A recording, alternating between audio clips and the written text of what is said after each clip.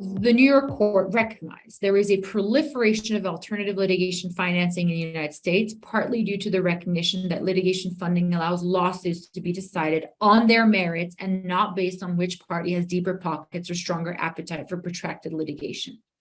And this is the real key to this, is that when the argument against litigation financing or fee splitting, however it is defined, is a policy one, what is happening is that that policy argument is being weakened by the fact that there are rules and regulations to ensure that lawyers stay loyal to their clients.